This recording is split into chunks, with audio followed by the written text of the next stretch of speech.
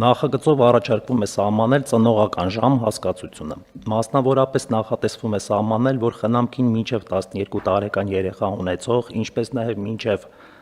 18 տարեկան հաշմանդամության խորը կամ ծանր սահմանափակումով երեխա ունեցող ծնողը, այդ թվում խնամատար ծնողը, որդեգրողը կամ խնամակալը, իրավունք կունենան օգտվելու ծնողական ժամից, այն է բացակայել աշխատանքից աշխատավարձի պահպանմամբ, ընդ որում